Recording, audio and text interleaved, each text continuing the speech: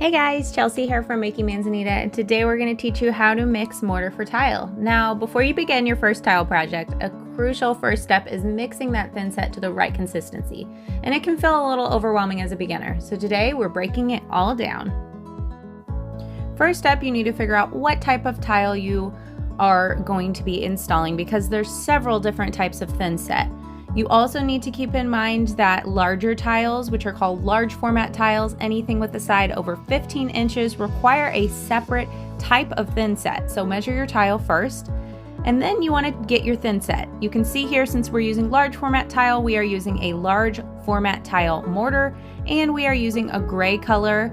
The gray color doesn't really mean a whole lot. It comes in gray or white. So you want to be sure you are using the right type of mortar for your job. And it's very helpful because on the bag you'll usually find a little recommended table down here. So you can see we are using ceramic tile and it's larger than 15 inches. So this is the right type of mortar for our job. Next, you will need to grab a drill that plugs in, not a cordless one, those aren't powerful enough, and a mixing paddle. Now, it's really important that you follow the instructions on your specific bag of thinset.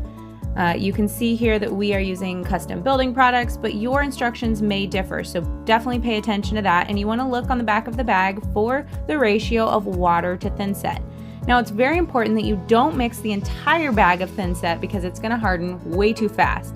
So we are going to mix about half of this up. So according to the instructions on the back of our bag, we need about 3 quarts of water and for half of the bag of thinset. So I put 3 quarts of water in this bucket. We just used a pan from our kitchen because it had the quarts measuring really handy right on the side of that pan. Next, you want to dump in the dry thinset powder. And again, we're mixing half of this, so we just estimated about half of the bag of thinset and we just dumped it right on top of the water into our bag. It's very important that you add the water first instead of adding the thinset first because you may get clumps in the corner of the bucket if you add the thinset first. So we recommend adding the water, and then take your drill, the power in drill and the mixing paddle, and start mixing it up. You want to move the drill around the bucket and up and down so you get all of those pockets of thinset nice and mixed up. And you want to mix for up to 5 minutes or whatever your bag of instructions on the thinset says.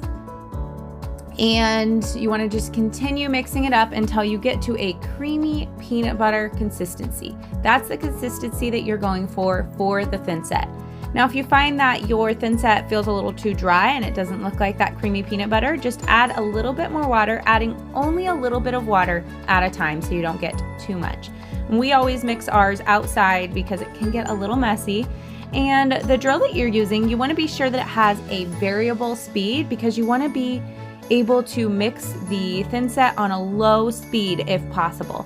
So it's helpful if your drill has a low speed setting.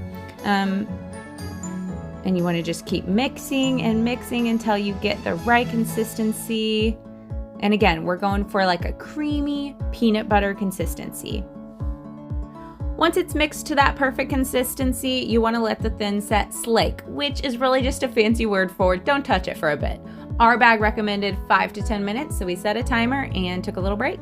Then you mix it back up one more time, and then you're ready to start using it. So you can see this is about the consistency of the thinset that we mixed up.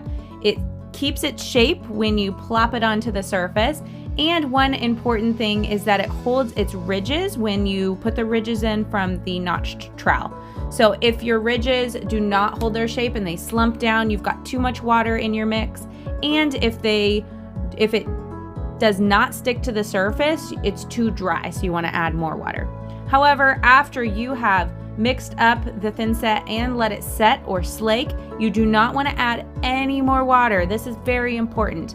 The thinset will not be as strong if you add more water after this. All right, guys. There you have it. Everything you need to know about mixing up that first batch of thinset for tile as a beginner. Now, this first important step of tiling doesn't have to be so overwhelming. You just follow these instructions that you learned in this video, and first and foremost, always read and follow your manufacturer's instructions, and you're on your way to mixing mortar like a pro. I hope you guys enjoyed this video. If you have any other questions, let me know in the comments. And while you're here, be sure to subscribe to our channel. We share tons of DIY and renovating tips. All right, have a great day.